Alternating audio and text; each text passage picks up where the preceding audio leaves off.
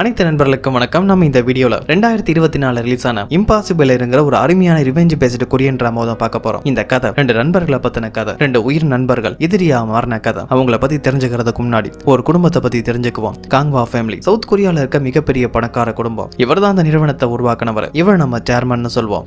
இந்த சேர்மனுக்கு ரெண்டு பொண்டாட்டி. முதல் பொண்டாட்டி இறந்து போகவும் அவங்களுக்கு ஒரு பையன் இருக்கான். இந்த பையனை மூத்த பையன் சொல்வோம். அடுத்த ரெண்டாவது மனைவி. இவங்களுக்கு ரெண்டு பசங்க இருக்காங்க, ஒரு பையன் ஒரு பொண்ணு. இந்த பையனை ரெண்டாவது பையனும் அவங்க பொண்ணு நாலாவது பொண்ணு இல்லனா ஜோகின்னு சொல்லி கூப்பிடுவோம். இவங்களை தவிர சேர்மனுக்கு இன்னொரு பையன் இருக்கான். சேர்மனோட மூணாவது பையன் பேரு காங். சேர்மனோட ரெண்டு மனைவியை தவிரவும் வேற ஒரு பொண்ணு கூடவும் அஃபர்ல இருந்திருப்பாரு. அந்த அஃபருக்கு பிறந்தவன் தான் இவன். சேர்மனோட மூணாவது வாரிசு. சேர்மனோட பையங்கிறதால இவனுக்கு பணத்துக்கு எந்த ஒரு பிரச்சனை இல்லைனாலும் சேர்மன் குடும்பத்துல இவனுக்கான அங்கீகாரம் கிடைக்கல. காங்வா நிறுவனத்துல இவனுக்கான அதிகாரம் கிடைக்கல. உரிமை இருந்தோ உறவு இருந்தோ ஒரு பணக்கார அனாதையா தான் வாழ்ந்துட்டு இருக்க. அப்பதான் அவனுக்கு ஒரு நண்பன் கிடைக்கிறான். இந்த பையன் பேரு டே. ரொம்பவே புத்திசாலி. காங்கோட பணம், டேவோட புத்திசாலித்தனம், இது ரெண்டுமே ஒன்னா சேரவா காங்வா நிறுவனத்தை ஆட்டி படைக்க திட்டமிடுறாங்க. அப்பா அவங்களுக்குள்ளேயே போட்டியும் பொறாமையும் உருவாக கடைசியில காங்வா யாருக்கு சொந்தமாச்சு, அந்த ரெண்டு நண்பரோட நட்புக்கு என்னதான் ஆச்சுன்னு தான் இந்த கதையில பார்க்க போறோம். கதையோட ஆரம்பத்துல டேவை தான் காட்டுறாங்க. அவன் கண்ணு முன்னாடியே ரெண்டு பேர் இறந்து போயிருக்கவும் அவங்கள கொலை கத்தி டேவோட கையில இருக்கு. ஆனா இவன் தான் கொலை பண்ணானான்னு தெரியல. இருந்தாலும் பயந்து போறான். அப்படியே கட் பண்ணா சில வருஷங்களுக்கு முன்னாடி டேவோ ஒரு ஹைஸ்கூல் படிக்கிற பையனா இருக்கும் போது தான் காட்டுறாங்க. சிட்டில இருந்து படிக்கிறதுக்காக டவுனுக்கு போயிட்டு இருக்கான்.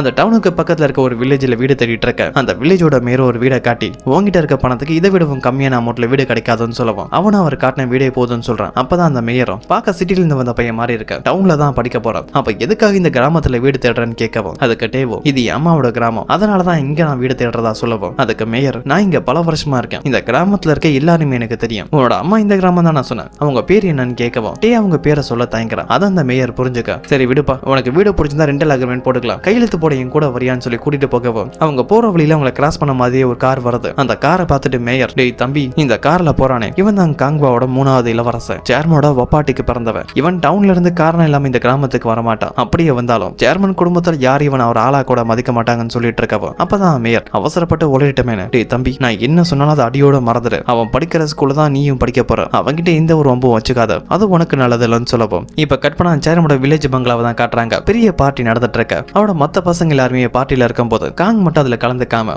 ஒரு தனி ரூம்ல இருந்து வெளியில நடக்கிற பார்ட்டியையும் வான வேடிக்கையும் வேடிக்கை பார்த்துட்டு இருக்க. அது எல்லாத்தையுமே தூரத்துல ஒரு இடத்துல இருந்து இன்னும் பார்த்துட்டு இருக்க. எதுக்காக பார்ட்டி நடக்கும் போது இவன் மட்டும் கலந்துக்காம இருக்கான்னு நினைக்கவும் அப்படியே கட் பண்ணா டே அவனுக்கு பார்ட் டைம் ஜாப் கிடைக்கணும்னு அந்த டவுன்ல இருக்க ஒரு சூப்பர் மார்க்கெட்டுக்கு வேலை கேட்டு வந்திருக்க. அந்த சூப்பர் மார்க்கெட் ஓனரும் பார்ட் டைம் ஜாபுக்கு ஆளுங்க தேவைப்படுறாங்கப்பா, ஆனா ஸ்கூல் பசங்களாம் வேலைக்கு வைக்கிறதுல அக்கம் பக்கம் இருக்க கடையில கேட்டு பாருன்னு சொல்லவும் அதே சூப்பர் மார்க்கெட்ல தான் காங்க இருக்கான். அங்க இருக்கிற பொருள் எல்லாம் கேட்காமலே அவசியத்துக்கு அடுத்த பாக்கெட்ல போட்டுட்டு இருக்க. அது அந்த கடைக்காரரும் பார்த்துட்டு எதுவுமே பெருசா கண்டுக்காம இருக்காரு. டேவும் அதை பார்த்துட்டு அங்க இருந்து போறான். அக்கம் பக்கம் இருக்க கடையெல்லாம் வேலை கேட்டு கடைசியில ஒரு இடத்துல வேலையும் கிடைக்க திரும்பி வீட்டுக்கு போகும்போது ஒரு பழக்கடையை பாக்குறான். காங்க இருக்க பழத்தெல்லாம் எடுத்து சாப்பிட்டு இருக்கான். கடைக்காரன் பார்த்துட்டு எதுவுமே கேட்காம அமைதியா இருக்காரு. டேவுக்கு எதுவுமே புரியாம காங்கியை குறுகுறுன்னு பார்த்துட்டு இருக்க. காங்கும் அதை பார்த்துருவான். டே கிட்ட வந்து இந்த ஊருக்கு நீ புதுசு போல இருக்கு, ஏன்னா நான் பண்றதெல்லாம் குறுகுறுன்னு பார்த்துட்டு இருக்கேன், அதை வச்சுதான் கண்டுபிடிச்சேன், இந்த ஊரே என்னோட கண்ட்ரோல்ல தான் இருக்கு, இங்க நான் என்ன பண்ணாலும் ஏது பண்ணாலும் யாரும் என்ன கேள்வி கேட்க மாட்டாங்க, அப்படிப்பட்ட என்ன நீ குறுகுறுன்னு பார்த்திருக்க, அது தப்பு, அந்த தப்புக்காக மன்னிப்பு கேளுன்னு சொல்லப்போம். டே மன்னிப்பு கேட்காம உன்னை யாருமே கண்டுக்காம இருக்க காரணம் என்ன தெரியுமா,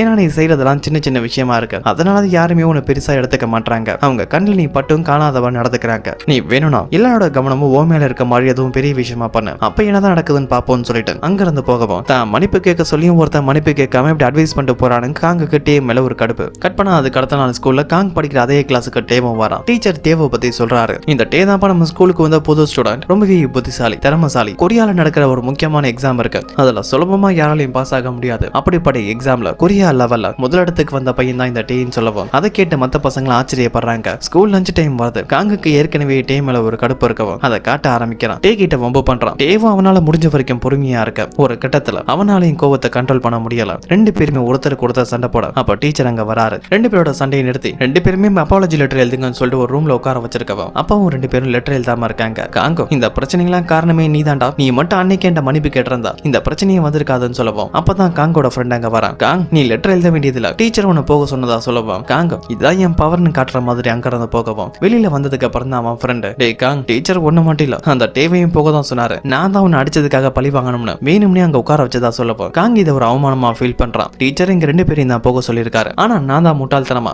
எனக்கு பயந்து தான் போக சொன்னதா தப்பா புரிஞ்சுக்கிட்டேன். பைக்ல ஏற வந்த ஃப்ரெண்ட் அதே இடத்துல விட்டு அங்க இருந்து போறான். இப்ப டேவை தான் காட்டுறாங்க. டீச்சரோட ரூம்ல இருக்கும் போது அங்க டீச்சரும் வராரு. நீ இன்னும் இங்க இருந்து போகல, நான் தான் உங்க ரெண்டு பேருமே போக சொன்னதா சொல்லவும் டேவும் புரிஞ்சுக்கிறான். காங்கோட ஃப்ரெண்ட் ஃப்ரெண்டு தன்னை ஏமாத்தினதா டீச்சர் ரூம்ல இருந்து வெளியே வரும்போது டேவுக்கு ஒரு கால் வருது. அதை அட்டன் பண்ணி பேசவும் லைன்ல யாரு என்ன பேசுனாங்கன்னு தெரியல. ஆனா டே அதிர்ச்சி ஆகிறான், பயந்து போறான். உடனே அங்க இருந்து ஸ்கூல்ல இருந்து ஓடி போகவும் வெளியில இருக்க ஒரு டாக்ஸியை பிடிச்சு டைரக்டா ஒரு புத்தர் டெம்பிளுக்கு வரான். அங்க இருக்க ஒரு லேடி மாங்க மீட் பண்ண வரான். இந்த லேடி மாங்க வேற யாரும் இல்ல, டேவோட அம்மா தான். அவன் அம்மா கிட்ட, அம்மா நமக்கான டைம் இல்லமா, சீக்கிரமா இங்க இருந்து போங்க, அவங்க நம்மள தேடி வரதா சொல்லி வேற ஒரு ஊருக்கு அனுப்பி வைக்கிறான். அப்பதான் டேக்கு யார் தான் கால் பண்ணான்னு காட்டுறாங்க. அத டேவோட அப்பா தான். ஜெயில இருந்தாங்க கால் பண்ணிருப்பாரு. அவர் ஜெயிலுக்கு போறதுக்கு முக்கியமான காரணமே டே தான். டேவோட அப்பா ரொம்பவே மோசமானவர். அவனையும் அவன் அம்மாவை எப்பயுமே அடிச்சு டார்ச்சர் பண்ணிட்டு இருந்திருப்பாரு. அதனால டே ஒரு பிளான் பண்ணி அவன் அம்மா இறந்து போனதா ஒரு பொய்யான பழிய போட்டு அவன் அப்பாவை ஜெயிலுக்கு அனுப்பியிருப்பான். அதுக்கப்புறம் சிட்டியை விட்டு இந்த டவுனுக்கு வந்திருப்பான். அவன் அம்மா அவங்க கூடவே இருந்தா. அவன் உயிரோட இருக்கிறது மத்தவங்களுக்கு தெரிய வரந்தான். அவன் அம்மாவை ஒரு மாங்க் மாதிரி அங்க இருக்க கோயில தங்க வச்சுட்டு அவனும் பக்கத்துல இருக்க வில்லேஜ்ல தங்கிட்டு இருந்திருப்பான். இப்ப டேவோட அப்பாவுக்கு அவன் இருக்கிற இடம் தெரிய வரவும் அவன் நம்பரை கண்டுபிடிச்சு கால் பண்ணிருப்பாரு. டே மகனே, உன் அம்மா இன்னும் சாகல, அது எனக்கும் தெரியும் உனக்கும் தெரியும்.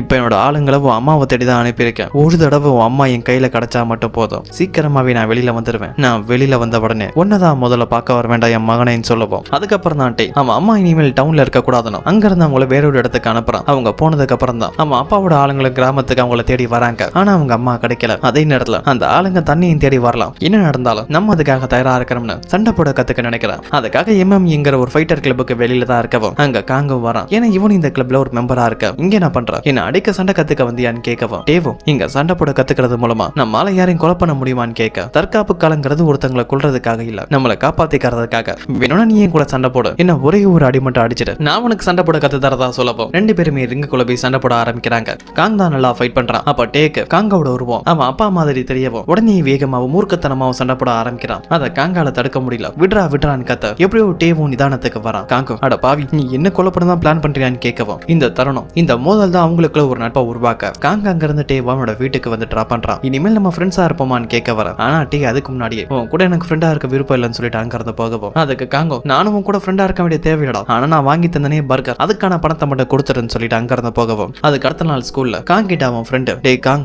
நம்ம கிளாஸுக்கு ஒரு புது பையன் வந்திருக்கால, அவன் யாரு தெரியுமா, அவங்க அப்பா ஒரு கொலைகாரன், தான் பொண்டாட்டியை கூட ஜெயிலுக்கு போயிருக்காருன்னு சொல்ல அந்த நேரத்துல டேவும் கிளாஸுக்குள்ள வரான். அப்ப அந்த ஃப்ரெண்டும் கொலைகாரோட பையன் வந்துட்டான்னு சொல்லவும் டே இனமும் அதெல்லாம் கேட்டுட்டு அமைதியா தான் இருக்க. ஆனா காங்கால பொறுமையா இருக்க முடியல. அவன் ஃப்ரெண்டு கிட்ட ஒருத்தன் நம்ம கூட இருக்கும்போது அவனை பத்தி தப்பு தப்பா சொல்றியே, நான் உன் கூட இல்லாத நேரம் நீ என்ன பத்தி என்னென்ன பேசுவ, இதுக்கப்புறம் நீ சம்பந்தம் இல்லாம யார பத்தியுமே பேசக்கூடாதுன்னு சொல்லி மிரட்டான். அப்படியே கட் பண்ணா ஸ்கூலோட ரூப் டாப்ல தான் இப்ப பிரேக் டைம்ல டே இருக்கவும் அங்க காங்க வரான். நான் ஒரு கொலைகாரனோட பையன் தெரிஞ்சு உனக்கு பயம் இல்லையான்னு கேட்க அதுக்கு காங்க உன் அப்பா தானே கொலைகாரன், நான் எதுக்காக உன்னை பார்த்து பயப்படணும்னு கேட்க டேக்கு காங்கோட இந்த ஆட்டிடியூட் ரொம்பவே பிடிக்க ஆரம்பிச்சிடுச்சு. அதனால அவங்க கிட்ட இனிமேல் நம்ம நண்பர்களா இருப்போமான்னு கேட்க அது காங்கம் திடீர்னு இந்த மாற்றத்துக்கான காரணம் என்ன, யாரும் இந்த ஸ்கூல்ல உன்னை தொல்லை பண்ணக்கூடாதுன்னா உனக்கு கொலைகாரனோட பையன் யாரும் சொல்லக்கூடாதுன்னா அதுக்காக தான் கூட ஃப்ரெண்டா இருக்கியான்னு கேட்கவும் அது மட்டும் காரணம் இல்ல, நீ நானும் ஃப்ரெண்ட்ஸ் மட்டும் இல்ல இனிமேல் பார்ட்னர்ஸா இருப்போம், நீ காங்பாவோட 3வது இளவரசன், உன்ன ஒரு ஏனியா பயன்படுத்தி என் வாழ்க்கையோட இலக்கை நான் அடைஞ்சிருவேன், அதுக்கு பதிலா உனக்கு தேவையானதை நான் கொடுக்கறேன்னு சொல்லவும் காங்கோ என்கிட்ட ஏற்கனவே பணம் கார் பங்களான்னு எல்லாமே இருக்கு, அதை தவிர உன்னால எனக்கு என்ன தர முடியும்னு கேட்க அது மட்டும் உனக்கு போதுமா, உனக்கான அங்கீகாரம் அதிகாரம் எல்லாத்தையும் ஏன் புத்தியால உனக்கு சொந்தமாக்குவேன், அது என்னால முடியும், ஏன் சவுத் கொரியாவோட நம்பர் 1 யூனிவர்சிட்டி கூட என்னால உன்னை கூட்டிட்டு போக முடியும்னு சொல்ல டேகாங் இன்டெரக்டா என்ன சொல்றானா, எந்த காங்வா குடும்பத்துல உனக்கான அங்கீகாரம், எந்த காங்வாவோட பிசினஸ்ல உனக்கான அதிகாரம் இல்லையா,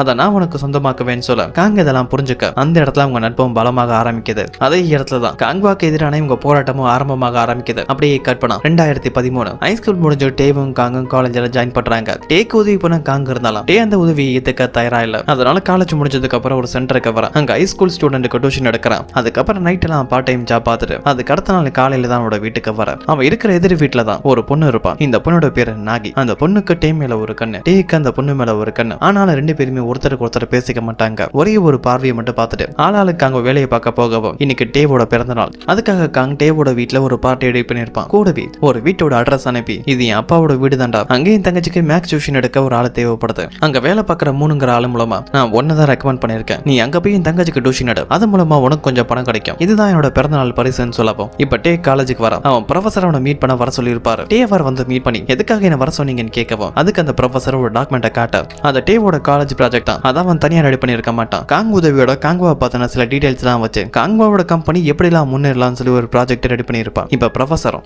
உன் ப்ராஜெக்ட காங்வா கம்பெனிக்கு அனுப்பி வச்சான். இந்த ப்ராஜெக்டை பார்த்த ஆளுங்க அசந்து போனாங்க. அது மூலமா எனக்கு அந்த கம்பெனிக்குள்ள போக ஒரு வாய்ப்பு கிடைச்சிருக்கு. அதனால இது இனிமேல் உன் ப்ராஜெக்ட் இல்ல, என்னோட ப்ராஜெக்ட். இந்த ப்ராஜெக்ட பத்தி வேற யாருக்கும் தெரியக்கூடாது. அதுக்காக நீ எவ்வளவு பணம் கேட்டாலும் தர தயாரா இருக்குன்னு சொல்லவும் டேவும் எனக்கு பணம் எல்லாம் வேணாம், அதுக்கு பதிலா சரியான நேரம் வரும்போது நீங்க இதுக்கு உதவி பண்ணணும்னு சொல்லிட்டு அங்க இருந்து போயிடுவான். ப்ரொஃபசரும் உடனே சேர்மோட ரெண்டாவது பையனுக்கு கால் பண்ணி டேவோட ப்ராஜெக்ட பத்தி தான் பேசுறாரு. இந்த ப்ராஜெக்டோட பேரு ஃபியூச்சர் ரிசர்ச் ப்ராஜெக்ட். இதை வச்சு ரெண்டாவது பையன் ஏதோ ஒரு பெரிய பிளான் பண்ண ப்ரொஃபஸரும் இந்த ப்ராஜெக்ட் தான் காங்பான் நிறுவனத்தோட வளர்ச்சிக்கு முக்கியமான அங்கமா இருக்குன்னு சொல்ல இப்ப லைப்ரரியில இருக்க டேவை தான் காட்டுறாங்க. வெண்டிங் மிஷின்ல ட்ரிங்க் எடுக்க வரும்போது அங்க நாகி வந்து அவங்க கிட்ட பேச ட்ரை பண்ணவும் அவன் பெருசா எதுவும் ரியாக்ட் பண்ணிக்க மாட்டான். இவன் கிட்ட பேசி பிரயோஜனம் இல்ல. நாகி அங்க இருந்து போகும்போது மேடம் வெண்டிங் மிஷின்ல உங்க ட்ரிங்க் வந்ததா சொல்லவும் உடனே அந்த பொண்ணு என் பேரு மேடம் இல்ல நாகி. இது மூலமாவே டே கிட்ட நாகி பேரை சொல்லிட்டு போகவும் இப்ப காலேஜ் கேண்டீன்ல காங்கையும் டேவையும் தான் காட்டுறாங்க. ஒன்னா இருக்கும்போது அவங்களை கிராஸ் பண்ண மாதிரி நாகி போக டேவோட பார்வை ஃபுல்லா நாகி மேலேயே இருக்கவும் அத காங் பாக்குறான்.